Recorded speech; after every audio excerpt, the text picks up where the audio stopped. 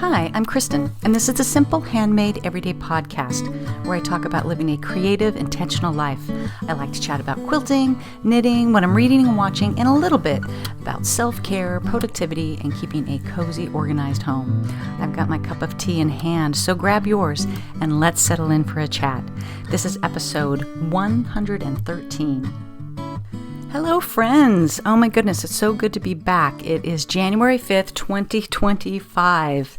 Oh my goodness. I was hoping to start getting into a routine of an episode per month, one per month, instead of what I used to do, which was every other week. And I guess I missed December, but in some ways that's to be expected, given that it's the holidays. But here we are, and that is what I would hope to do in 2025. So I hope that everybody had a great holiday season. I certainly did, and but I have to say that it's celebrations are meant to be enjoyed and then back to ordinary time so that they seem special. And I, for one, am not sad to be back in ordinary time. The kids all came home, for 10 days plus. I think Chloe was the shortest amount of time, and she was here for 10 days, and she left right before New Year's Eve on the 30th, and then the boys left right after New Year's, and so it was just such a chopped up week last year, I have to say. But my husband and I kind of tiptoed back into work at the end of last week, and this weekend is really just about getting back to normal life. And it's been today is a Sunday, but it's been a very nice weekend so far, with a combination of doing productive things, and I've done a lot of reading. I'll get to this, but binding a quilt, working on some socks, just some really good leisure things, which is, important to work into. I guess I'm going to talk a little bit about plans for 2025, which I'm just going to say, spoiler, I'm going to head gently into 2025, and I'm not sure I'm going to have that same sort of productive list of things that I want to check off the way I've done in other years. I think I'm going to try to approach it a little bit differently this year. So we'll see. We'll talk about that. I haven't even quite made up my mind how I'm going to handle it, but we'll talk about that at the end of the podcast. But in any case, I hope that you had a very nice holiday season, and that 2025 will treat us all well. So let's get into quilting, which I am so happy and on some level relieved to say that I've done some of. So I don't know when I started this idea, but so I had 4 quilts that were quilt tops that were ready to be quilted, and they were kind of hanging over my head. I decided that I really wanted to get the Ridges quilt that's going to go over a bed in the bedroom, like completely done before the kids got home. Spoiler, it did not happen, but it's okay. And the other thing was I wanted to make a quilt for my son's girlfriend, could not quite find the right pattern, and I'm like, you know what, I have 3 finished quilts. Let me look through those. And one of them I thought just seemed right for her. And my son weighed in. And so I was able to get the Ridges quilt over to my friend Susan, who the Felted Pear. If you follow her, she makes absolutely gorgeous things and does stunning photography. And she is a long armer. And she long armed the Ridges quilt. And then I sent the other ones, just because it was the holidays, over to my friend Deanna in Illinois. I'll put links in the show notes to both of these people. And said, okay, so I'm going to send you these three quilt tops, but is there any way you could get one of them turned around pretty quickly? And it was the beginning of December, maybe. I think that sounds about right. And she said, I'll see what I can do. And oh my goodness, thank you so much, Deanna. She turned that sucker around and got it back to me, and I was able to get it bound and gifted at Christmas time. So I was very happy about that, and she appears to have loved it. So it was the Sunshine and Shadows quilt that I made from a book called Quilts for Scrap Lovers. It's the cover quilt. I absolutely love this. And what's fun about this, I talked about this in other episodes, this particular quilt, is every block was a bit of an exercise in color theory. So I had this really cool color wheel that really has a good just arrangement of colors between colors, like the blues that go more green versus the ones that go a little more purple, that type of thing. And so I just went through my scraps and I just made piles like, okay, I'm going to do an aqua block. So I just pulled out and I'm holding it up against this color wheel to find things that all mesh in that color family. And it was my goal to not repeat a fabric within the block. I think there were I'm guessing here, but I think there were maybe 12 different units within that block. So I'd need 12 of the same color family. I know I did not achieve that in yellow and maybe not purple. These are two places that I don't have a lot of fabric, especially yellow. And because I do love blue, there was a navy blue block, an aqua block, and more of I don't want to call it teal, but a blue that skewed more green. So there's definitely 3 of those. And there was a red and a pink and even a black and a gray. And when I was going back to try to remember what the name of this pattern was, I was going back through my own blog, and apparently when I posted about it, I said, I've got mixed feelings about it. And now that I've got some space between, I don't have mixed feelings about it. I actually really love that quilt. And so when it came back to me and I trimmed it up and I was going to do a scrappy binding. And so I had actually had a lot of the fabric still in like a bin. And I'm like, okay, perfect. So those will be the ones I'll use. And I started pulling them out. And there's part of me, there are 12 different fabrics in each block, and there were probably 12 blocks. It's just like, it's a lot.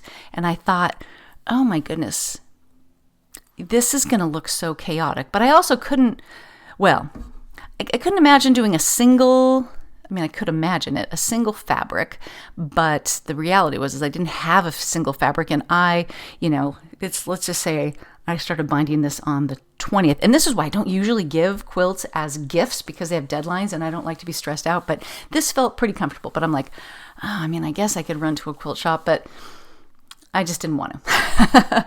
And so, and I always think that, creative projects are always good when you've got some constraints, right?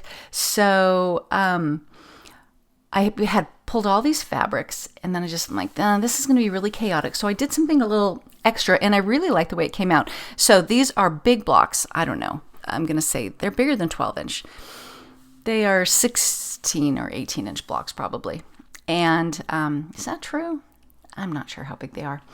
But I decided that the binding so if it was a pink block on the edge, then I was going to do pink binding next to that block. And then the block above that was blue. I would do blue binding. And I didn't line it up perfectly with the seam. As a matter of fact, it kind of overlaps which way a couple inches each time.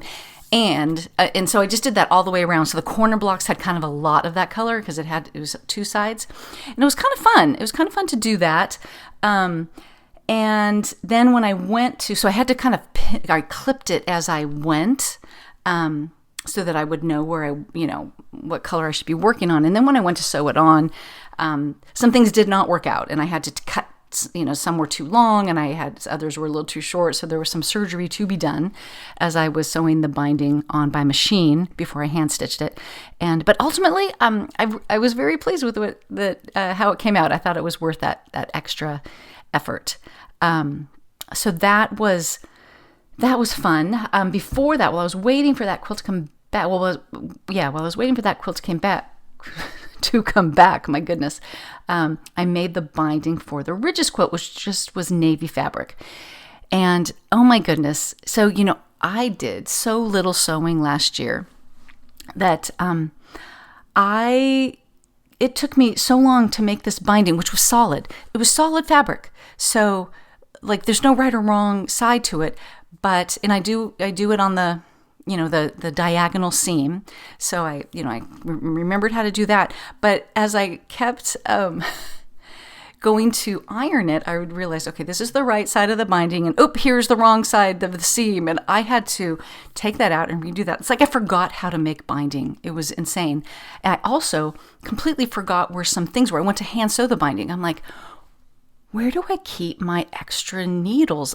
A couple years ago, I did a big sewing room reorganization. Just Get It Done Quilts is something she does every January, and I highly recommend it. I did it 2 years in a row. So the first year was the big year. The second year was just setting to rights a few things, and I don't really need to do it this year because it's still exactly the way it was. It's just that I rearranged it and then did not use my sewing room.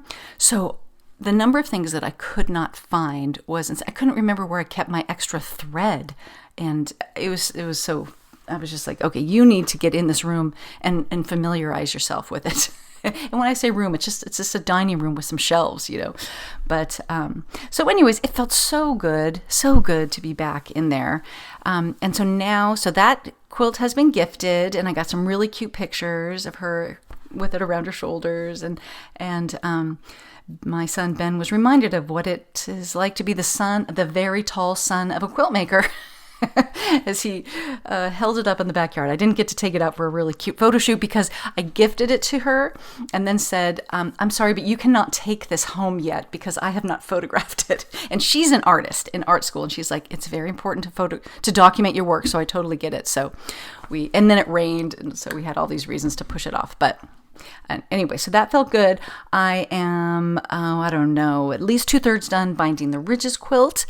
And my husband and I were talking yesterday about, so every quilt that I have on a wall in our house, which is just in my sewing space, and one over our bed that is too small for it. It's crazy that I'm worrying about putting things over the beds in our, redone kids' rooms when we've lived in this house for 29 years and I've never done anything over the bed in our room. But everything is held up with clear thumbtacks, all the quilts. And I'm like, okay, we're going to need to do this better.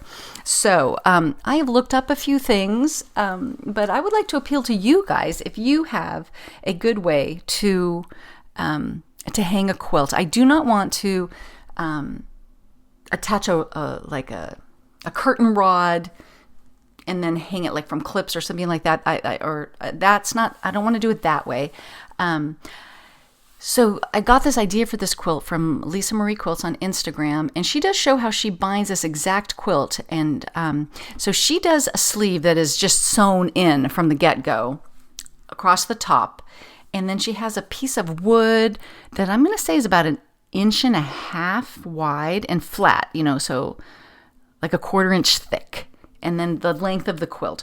And I think she actually sews 2 sleeves in so that there is a gap in the middle.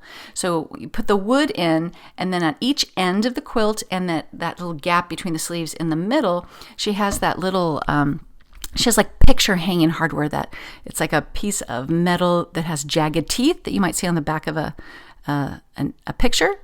And that's how she hangs it. And so it's really, so it's that a piece of wood is 1.5 inches, so it really hangs flat. I might do something like that.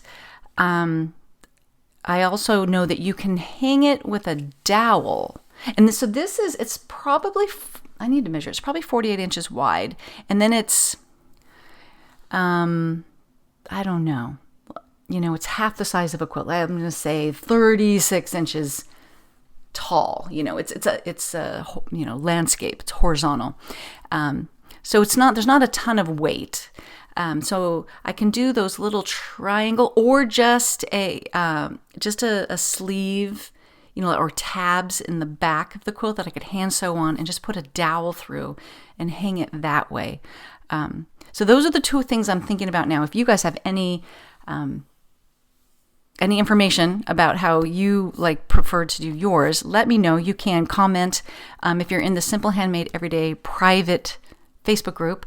You can just leave a comment on this episode, or you can go to my blog, comment there, email me. However, I'm available Instagram, lots of places. But I would love to for people who have gone before me, I'd love to get your input on that.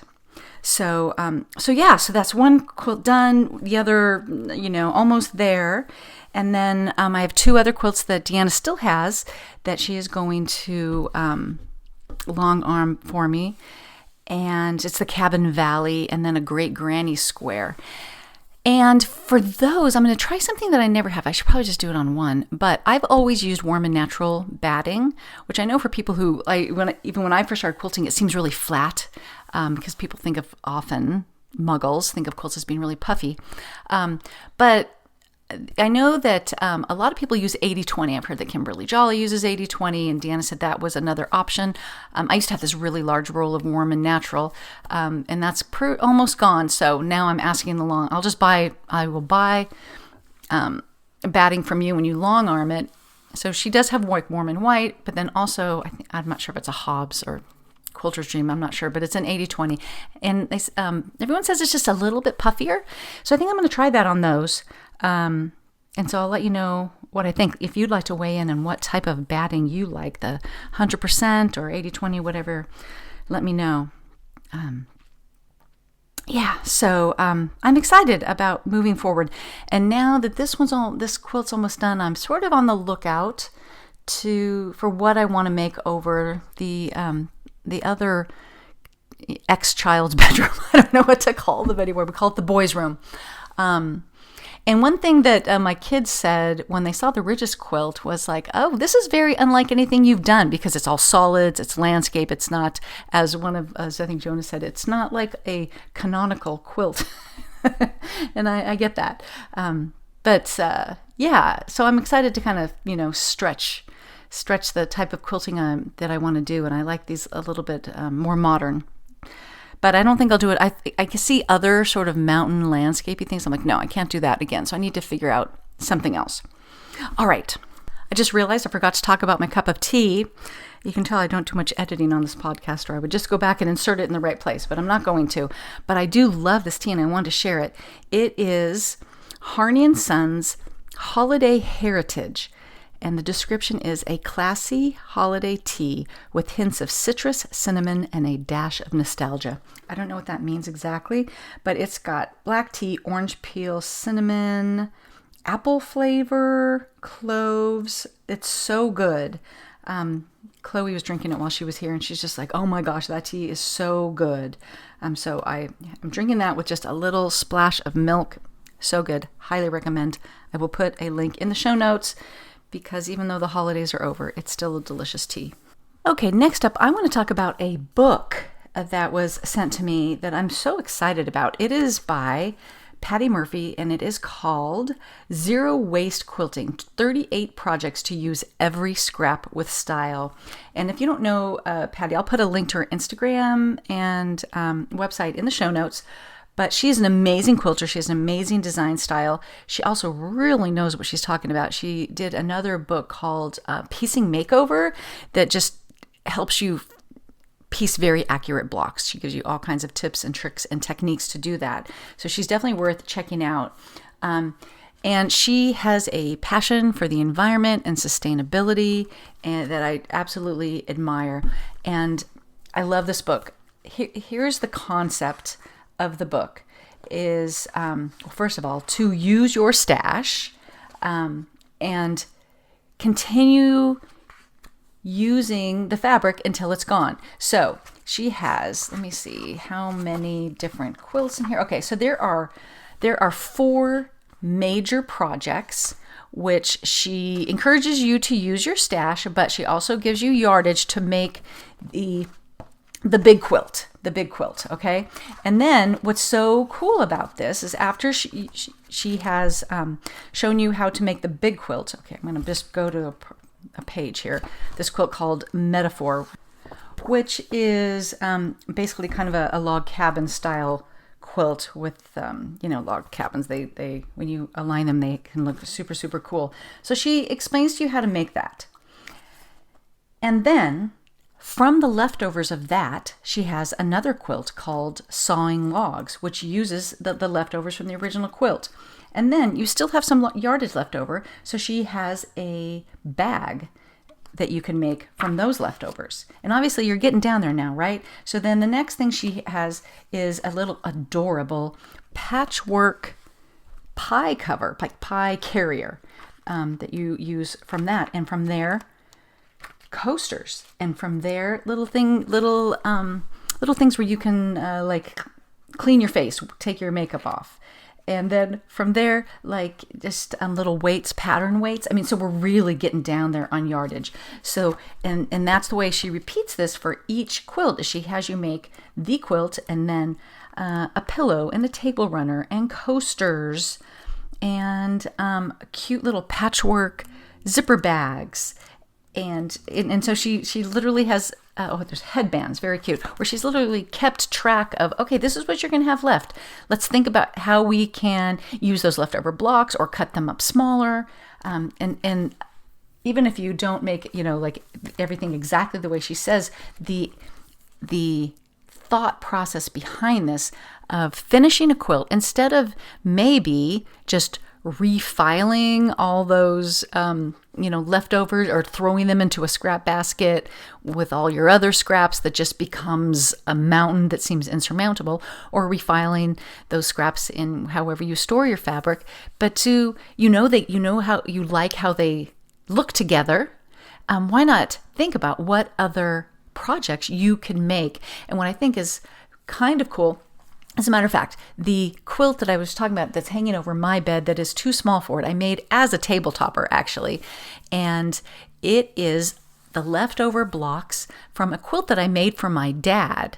And I just made a mini quilt of the quilt I gave my dad. And that actually makes me really happy. So in the same idea, and I did the same thing with a quilt that I gave away with this fabric from Jera Brandvig from, it was called Loyal Heights. I took I gave away that quilt, but I made coasters from it that really need to be replaced because I've really used them. But when I see those coasters, I kind of think about that quilt and who has it. So I love this idea. Use your leftovers, perhaps in the same, those exact fabrics, that combination, to make more projects to help you, just as a memory device. So anyways, this is called Zero Waste Quilting. Highly recommend it. Love the idea, love her passion for the environment and sustainability. Let's move on to knitting, which I have been doing a little bit of, but I am always reminded. Yesterday I did binding and I knit some socks, worked on some socks, and I woke up today with a sore. Interesting, I'm right-handed. My left wrist and hand hurts a little bit, so I definitely have to space those activities out, which means I guess I just can't sit around and bind all the quilts that I have out there. I'm going to have to actually sew one too to give myself a break. But I'm just working. I've been working on a pair of socks. I am on the toe decreases of the second sock. So I am, 30 minutes from being done with these socks. So that's fun. No plans for them. I like to knit socks. And I'd like to get back to the elementary wrap. One of the things that I'm going to talk about a little bit more at the end with my 2025 goals is my friend Vicky over at My Creative Corner 3. She has talked a lot recently about being a finisher and how she wants to finish things. And that really resonates with me. I also want to, and again, this is just, I'll talk about it more later, is just be a little bit more eco-conscious. I feel like I'm at a point in my life now that the kids are out of the house, I can maybe take a few more steps that seemed out of reach when I was in the midst of rearing children. But finishing what you start, very eco-conscious, right? Using what you have. And so I want to finish those socks. I want to finish that elementary wrap and, finish these quilts. And I want to be a finisher. I have some cross stitch that I'm probably in the middle of something. I need to go through that, but I definitely have finishes that I have never framed or turned into pillows or however I'm going to display them. And so that is something that I want to do this year because, I don't know. I mean, I love all those projects. Why not get them into a format where I can enjoy them? But if I want to start a knitting project, I have a book that I'd like to share with you. I could not be more excited about this beautiful, beautiful book. And it is called Knits to Wear, Effortless Patterns by Kutova Kika. It's by a woman named Veronica Lindberg. You may know her from YouTube or Instagram as Kutova Kika. She is Nordic. I want to say Scandinavian, but I think, why don't I know this? I think she may be Finnish. But she is an amazing knitwear designer and an amazing photographer. That was actually, I think, what she was before she really got serious about knitting, creating knitwear. And I think she went pretty viral a couple of years ago more than a couple probably, for knitting her own wedding dress in a very short period of time. And it was gorgeous. And so I just love her style. She's got that, she's young and beautiful, and she's a very cute shape, and she just has that very effortless elegance that we would all like. So let me tell you about this book. First of all, gorgeous photography, unsurprising, and I believe she basically took all the photos herself. It's hardback. I did not expect it to be like just such a high quality book. And it's got, I love these kind of books. I got a cookbook that's like this too. There, you can read the beginning like a novel about her journey and how she, and I think it's her mom and her husband and a baby, all took a trip to, I think it was Amsterdam, to photograph all the photos for this book. And she did a beautiful job. So what's it called? Knits to Wear. Effortless patterns. Okay, so the bottom line of this is that it is full of sweater patterns, a few hat patterns, and then a few warmer weather things, just like a t-shirt or a short sleeveless type thing if you live places like me where you can't have a ton of big sweaters. But her forte is knitting sweaters, and I have a bit of a gripe about a lot of sweater designers, not her, and that is that the necks tend to be wide, and that you can often see, like they'll wear like a tank or something, you can see that tank. I'm just like, why cannot we not do a normal sort of crew neck? And she does a beautiful job on necklines, which I just feel is the, one of the telltale things about whether it is, I don't know, homemade or handmade. Let me just say that. And she actually does this technique where she knits it double length, and then she flips it under and sews it. So it's kind of like nice and thick too. She uses beautiful color palettes. So I went through because I'm like, I want to talk about these. And now my book is full of little Post-it notes. But there's one called, let me just say that they are all levels. There's like an everyday sweater that is just your plain crew neck sweater. So if it's your first sweater that you want to knit, that could be your place to start. But she has just beautiful stitch patterns. And then so the first one is called Urban Romance, and it's raglan. And it just has this gorgeous kind of combination of like, I don't want to describe that. It's not a cable, a little bit of minor lace work, and some like kind of like puffy sleeves that are just beautiful. And she does it in a beautiful kind of dusty pink. There's one called My Favorite Story that is kind of a whole bunch of different cable patterns, a little bit like an Aran sweater in a way. Lots of different cable patterns. She's got one called Playful Palette that is color work. And again, she makes these sleeves kind of long and a little bit full, which are just really pretty. That seems to be sort of her style. She's got a couple cardigans that are really cute. So you've got that style, some with buttons, I think some without. Oh my gosh, she's got this one called Sweetheart that is a lace work that is just so elegant and sort of romantic looking. It's so pretty. But then again, she's got some sort of, sleeveless, just plain, like anybody could do this, stockinette, very simple neckline and armholes, very cute. A number of adorable hat patterns. Like this one that has this stuff, it's called Twisted. It's just I think a very simple cable pattern. I wouldn't be surprised if you do not even need a cable needle for it. Every one of these patterns has, so it's a large book, like a big, I don't know what size that is. Let's just, close to an 8.5 by 11, with lots of just photographs, and then every pattern has beautiful instructions and the charts, the knitting charts. So like I suspect that you can do it either way, and it's big enough you could just photocopy those right out. Yeah, so she kind of gives it to you each way, like regular instructions and then charts depending on how you like it. So anyways, if you are interested in knitting, if you're a sweater knitter, you're interested in knitting your first sweater, this is like I know I will have this resource forever, and I will knit several sweaters from it. But she also has, one-off patterns if you want to check her out that way. But I will definitely put all her information in the show notes, and just could not more highly recommend this book. It is absolutely gorgeous. And as I said, I have not been cross-stitching because it caused issues with my shoulder. So I will get back to it now that I feel like that shoulder feels better. Now it's my other shoulder that hurts. But Fat Quarter Shop sent me some absolutely adorable cross-stitch patterns that are admittedly more Christmas themed. But if this might be a really good time to pick up a couple projects to work on during the year so that they're actually finished in time for Christmas. So these include they have a series called Mini Simply Signs, and they're just these adorable things you can put on one of those, finish on like a wooden paddle. And this one says Merry. It's very cute, and it has kind of a cool, you could do it whatever color you want, but it's got more of a pink and mint green, or kind of a green.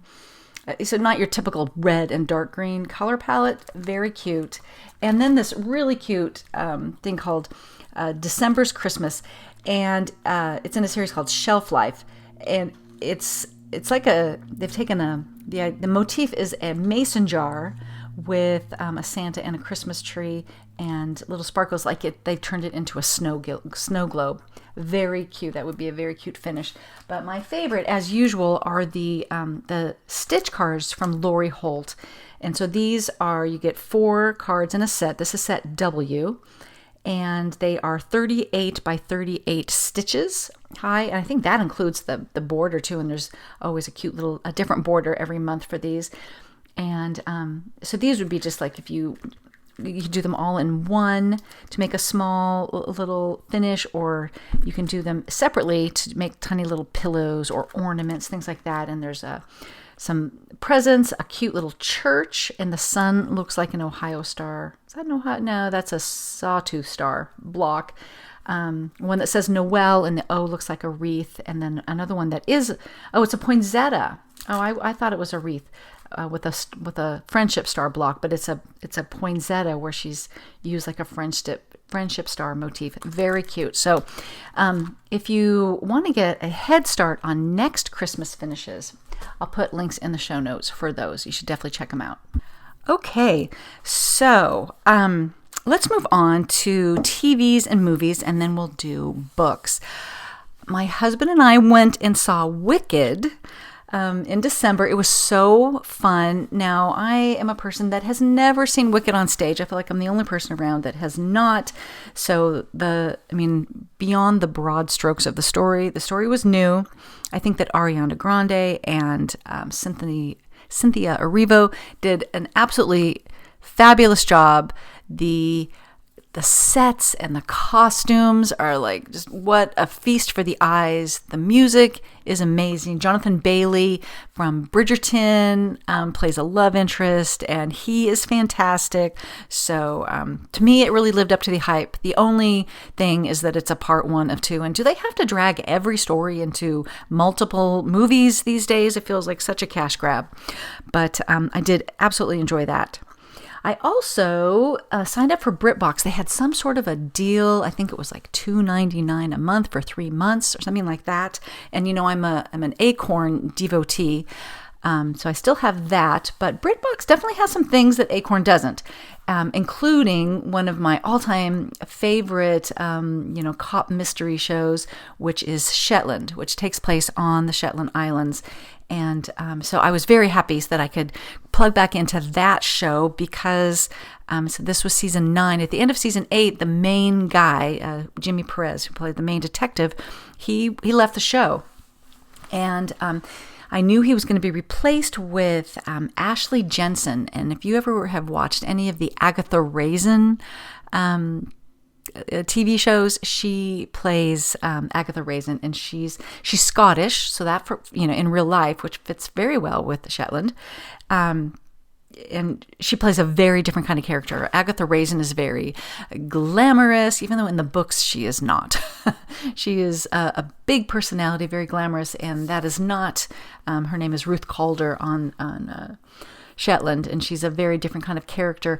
But if you watch Shetland, the character of Tosh, who's like, like the assistant investigator. She kind of really steps up in this season, and so it's an all female leads, which I love. So I really enjoyed that. Watched all. Did I watch all of those? No, I can't remember if they're still going to drop a few more, but definitely recommend that. And then I came across another show called Sherwood on BritBox, and it literally takes place in Sherwood near Nottingham Forest of Robin Hood fame. And there's 2 seasons of this, and it was really good. And it was the mysteries, at least from the first season, were loosely based on actual murders that happened there. I don't know, some number of years ago. And they all sort of harken back to, there was a time when there was like it's a mining town. So there was a miners' strike, but some people worked despite the strike, and so that there was a lot of clashing there. The government got involved and put people undercover to kind of get intel on, because they obviously wanted to break up the strike. And the murders were similar but different than what actually happened. But that was really good, and it had some really good actors in it, including, what's her name? Leslie Manville, I think is her name. And she was recently in the Magpie Murders and the Moonstone Murders, that series on PBS. So definitely enjoyed Sherwood, and there's 2 seasons of that. The one thing I want to tell you about on Acorn that I just watched. So I've talked in the past about how I am a huge Rosamund Pilcher fan. One of my very favorite books is called Coming Home, which they did turn into what we would have called back in the day a miniseries that had Keira Knightley as the young Judith, and then I can't think of what the other, Emily Mortimer as the older Judith, and it was an okay show. It stopped at a weird time. It didn't really reflect the fullness of the book, so I was always a little disappointed in it. But apparently, like the next year, they spun off, and I don't even know who wrote it. Just kind of like a mini series, I think. It was 3 hours, so it was split into 2 episodes of 1.5 hours each. A show called Nanchero. Now, my thing about Rosamund Pilcher books that I love, and it sounds really weird until you read them, is that in her books, there is almost always a house that is like a character in a book. Like it's the house is central in Winter Solstice. It's the estate house in Coming Home. It's Nanchero, and so they did a series called Nanchero, which takes place like it's like the sequel to Coming Home. So I thought this will be kind of fun, and because they did it. They filmed it literally the year after they filmed. It came out the year after Coming Home came out. It has mostly the same actors, with the exception of Judith, who is a main character in Coming Home, because they had like 2 very famous actresses play her before they were really famous, probably. But I looked it up, and a lot of the people were the same, including what's her name? Joanne Lumley, is that right? From Absolutely Fabulous. She plays the matriarch. There's a lot of really good people in it. So anyways, what's his name? Peter O'Toole as her husband, the father. Like, so, there's some good people in here. But anyways, that was really fun. Because it was not an actual Rosamund Pilcher book, I didn't have anything invested in it being accurate. And it was a fun ride. So I recommend that. I did also find Winter Solstice. They made a lot of Rosamund Pilcher stories into movies in the 80s and 90s, which is so interesting to me. And I think I might have talked about this before. I found Coming Home, which is, just like a story so close to my heart. And it was so different from the book that it didn't even really bother me, because I just felt like this is a different story. But I felt the casting was off. They really monkeyed with the story. It was not great. But so anyways, so those are like my fun little things that I've been watching. My husband and I, we usually watch an episode a day together. We share a show, and I won't go into how, what these are about. But, we just recently watched the newest season of The Diplomat with Kerry Russell. So if you haven't gotten turned on to that, that's a really good show. We also saw the newest episode of newest season of The Lincoln Lawyer. Absolutely love that show. Makes me want to go back and read the books. And then we right now have Paramount Plus, and we got turned on to the show called Elsbeth, which Elsbeth is a character originally from, I believe, The Good Wife, if you remember that show from back in the day. And then that spun off a show called The Good Fight, which I also really like. We haven't watched a lot of that show, but I think we will continue with that. But Elsbeth is this really quirky female lawyer. I've never watched Columbo, but apparently she's very Columbo-esque. She seems incompetent. She's always like, carrying around multiple tote bags and asking weird questions. But she's in fact, obviously, she's very astute. And so this show feels like a knockoff of that. And in another way, too, apparently in Columbo and in Elsbeth, you know who the murderer is at the beginning. You watch it happen. And then the fun of the show is watching her figure it out and convince other people. So at first, I wasn't so sure about the show. It's very lighthearted. It's funny. But I was like, I don't know. It's a little lightweight. I'm not sure. But the more we've watched it, it's kind of growing on me. I think we're actually in season 2 now, and I think it's kind of found its feet. And apparently it's going to go on for like 20 episodes, which I feel is absolutely unheard of these days. Like we were on episode 8. We're like, okay, does this end on episode 8 or 10? But it's actually going to go for 20 episodes. So that was pretty fun. So that kind of, wraps up. Oh, no, one more. In my last podcast, I talked about how I kind of discovered this guy named Stephen King. Have you heard of him? But I discovered that I enjoy Stephen King books, and I read 11/22/63. I gave it to my daughter to read. Then my husband read it, and then my husband and I watched I guess they're called limited series now, but we called them miniseries, of that show, which had James Franco in it. And it was really good. What was that on? I think we ended up seeing it on Prime, and you had to like buy it for $10 was the only way we could watch it. But he had just finished it, so it was fresh in his mind. And it is a little bit. It's very faithful to the book, but not entirely, as you might imagine. But I would definitely recommend it. It was very good, and James Franco the casting was inspired. They did a really good job there. All right, let's move on to books. I mentioned in my last podcast that I'm really trying to stay off of social media, stop scrolling, and actually when I have those pockets of free time to read. And one of my 2024 goals was to, and I'm saying this in quotes, read better books. And I think I did talk about this in the last podcast, that that was something that I feel that I did in a way that I was happy with. I read some new authors that I've been meaning to read, including Stephen King and Tana French. And I ended up reading, I think at final total was 35 books. And not that I keep track or have goals about how many books I read, but because of the way I keep track of how I read in Trello, which is easy to go to count them up. And so one of the books I think I was reading when I talked in my last podcast was The Goldfish by Donna Tartt.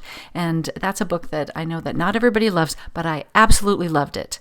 And that is also a movie. And I thought about when I was done, I was like, okay, let's watch this movie. And then I just realized that a lot of that book is really painful.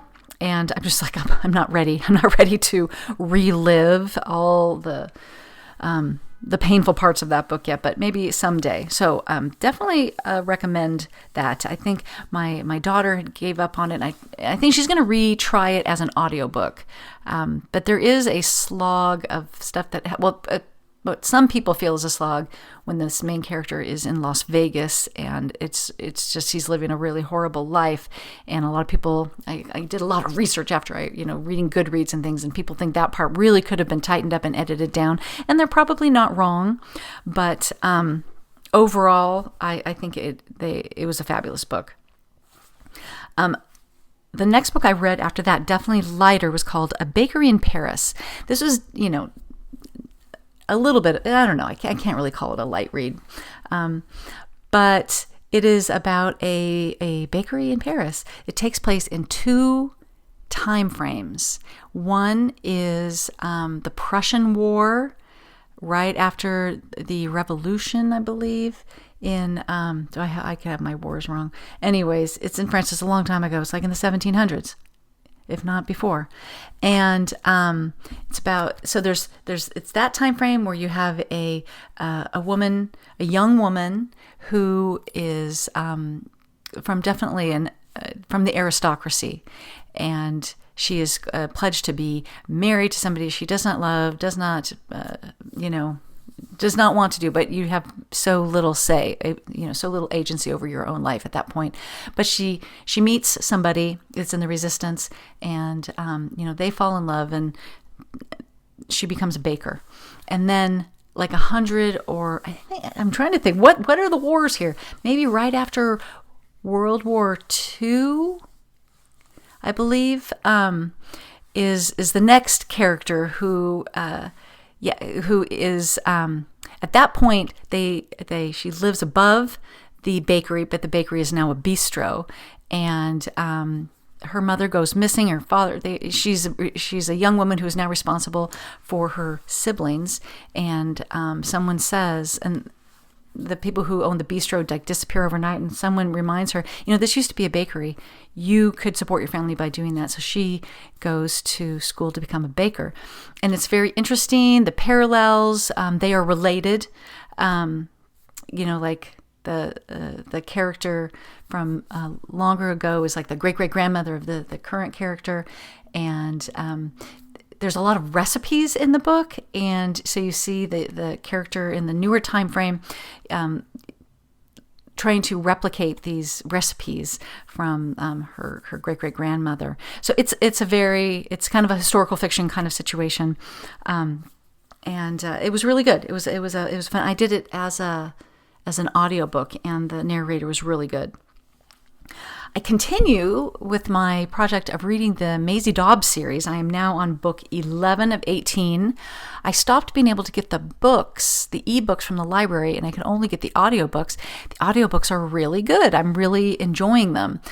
So that's been really fun. There's been some heartbreaking twists and turns in her life.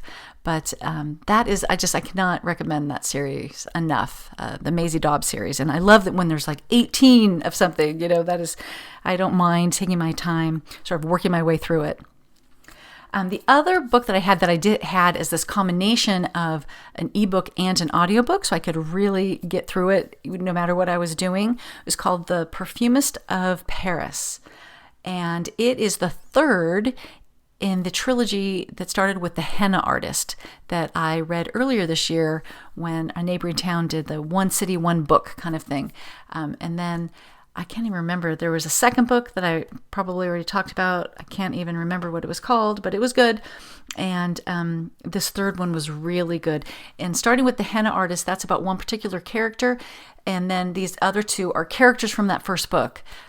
So it's fun to see where all of these characters end up, starting with The Henna Artist to the end of The Perfumist of Paris is probably about 20 years. So it's really fun to see the growth and what happens to each of those characters. But it's about a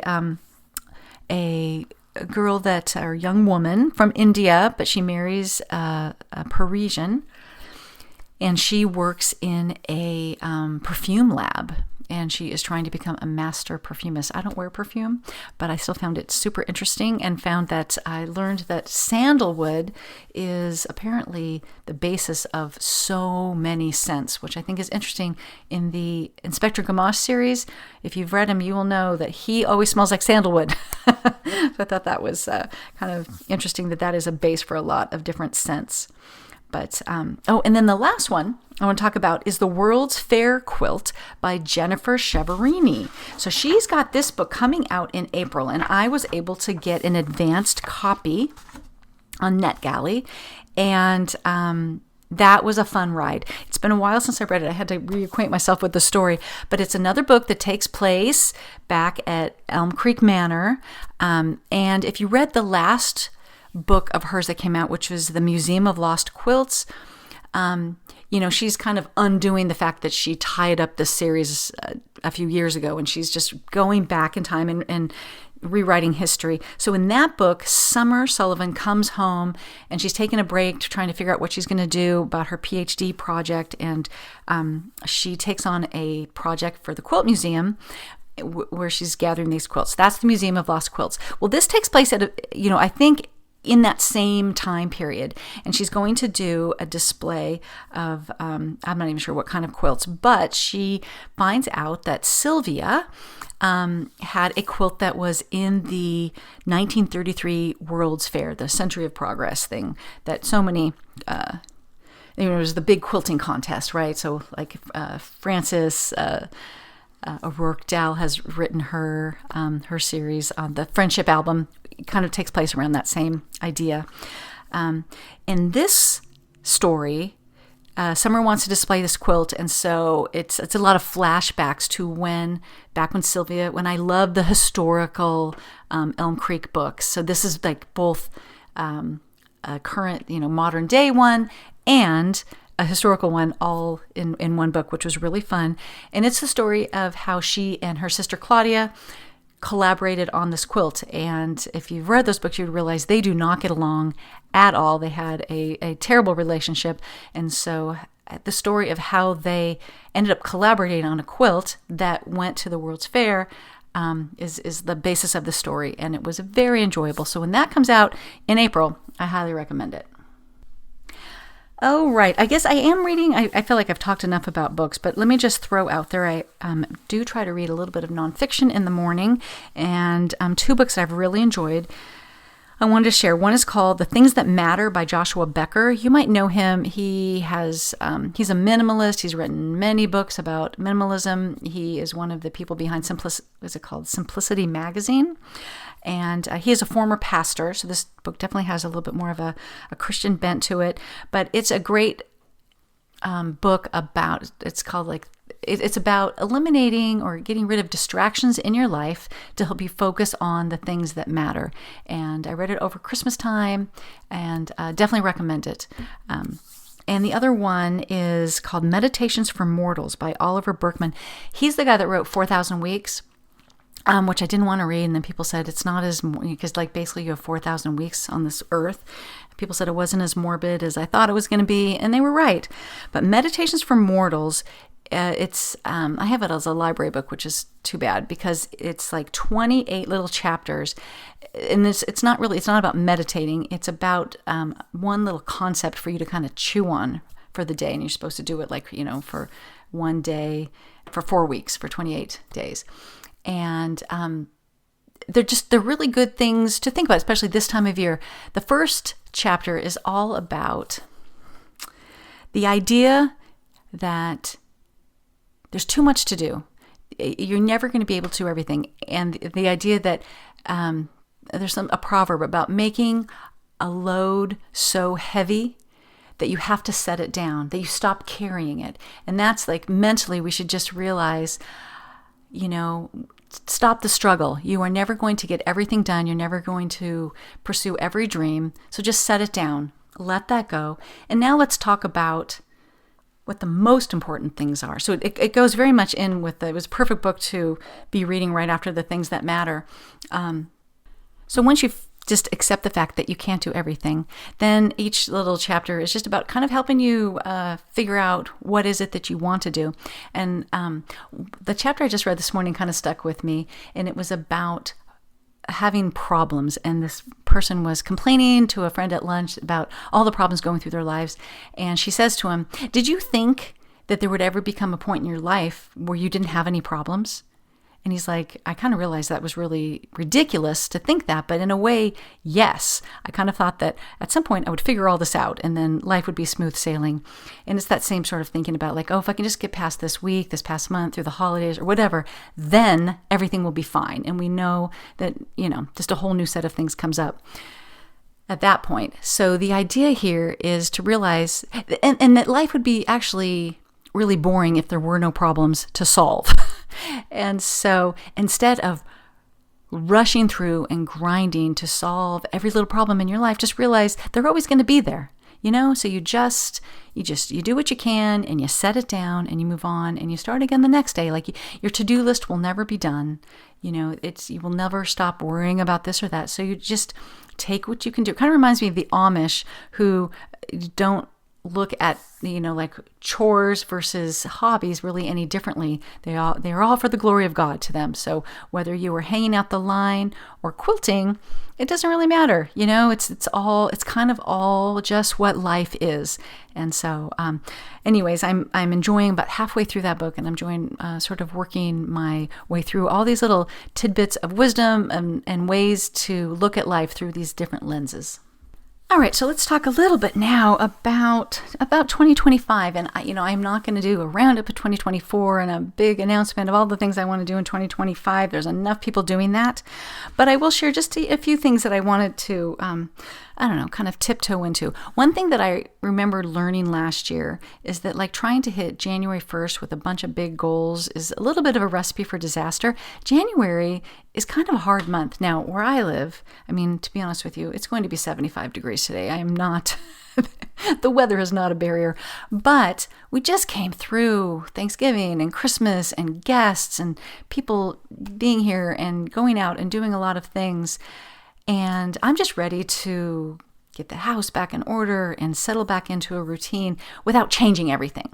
So I would like to posit that maybe February is the time to really start, if you're going to make a lot of changes. Now I have a notebook that's kind of based on my, I've done power sheets as a goal planning routine in the past, and I have a notebook where I don't buy the Power Sheets actual notebook every year. It's expensive, but I take what I like from it, which is what went well last year, what didn't go well, let me dream a little bit about the things I want to do this year. Let's narrow those down, that kind of thing. And I did spend one day doing that. And I haven't really gone back to it. So I do want to kind of, I can dream really big, but this year, I feel like I think I want to be a little gentler. Like I would really like to redo the kids' bathroom as our last really big renovation project, which won't even be that big.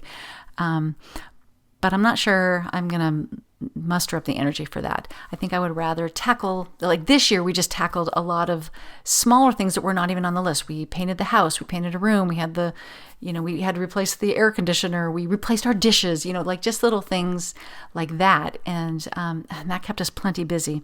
So I might just take another year like that. But one thing that I would like to do is when the kids were little, I definitely was very passionate about being, sort of eco-friendly and just trying to get a little bit of plastic out of our life and not using single-use water bottles, all those sorts of things. And many of those habits are very ingrained now. As a matter of fact, when I first was thinking about this, I Googled like how to reduce single-use plastics. And we basically do all of them. We use our own water bottles and we bring our own bags to the grocery store. But I did realize a place where I could improve was the plastic that we bring into our home from the grocery store. And I am a Trader Joe's shopper, and I love them with all my heart. But one thing, and they have improved this a little bit, but one thing that is an issue there is that there's no way to buy fruits and vegetables by weight. So they are all mostly packaged up in, a pound of carrots in a plastic bag that you're going to throw away, things like that. And one day I looked through my trash. I'm like, what are we throwing away here? And it was a lot of single-use plastics like that came with grocery shopping at Trader Joe's. So we're experimenting, and we've done this before, but I think COVID kind of stopped that habit of, I still do my Trader Joe shopping, but we just go to the regular grocery store and reuse those produce bags over and over and over again and buy our produce that way. So that's just, one little thing that we can do. We already, we use things to death, but I do want to keep in mind when I buy things about how much packaging it's coming in and things like that. So just a little So Patty's book about zero waste quilting was just so timely because I'm just, thinking about what can I do a little bit better here? Just, 10% better this year. So that's one thing I'm thinking about. I'm also taking, instead of going, I'm going to declutter the house top to bottom, which I have done in previous years, I made a list of just things that are bothering me. Like the coat closet was driving me crazy in our coat rack. And I just spent 15 minutes yesterday, took it all out, dumped it on the couch, donated some things, got better hangers for things, moved things up to my closet that I don't use very often, things like that. And I just have a list of just, low-key decluttering projects. Just, I would like to, straighten out my closet. The mugs in our kitchen are driving me crazy. Like I need to just go through and get rid of some and reorganize. So again, not declutter the kitchen top to bottom, but let me just deal with the mugs. And I think that will probably see me through this year. If I could just do one of those a month, that would be 12 decluttering projects. And again, like not one a week even, maybe just one a month. So definitely just stepping gently into this year, and we'll see where it takes us. That pretty much wraps up this episode. Thank you for spending this time with me. As always, you can find me online on my blog, Simple Handmade Everyday, where I have complete show notes of everything I talked about with links and things like that. I'm on Instagram at Kristen Esser. I think I'm on record of backing off of social media a little bit, but mostly for me that is about like doing the mindless scrolling. Also, we've got the Simple Handmade Everyday private Facebook group so that we can keep the conversation going. Have a wonderful day, and hopefully we'll see you next month.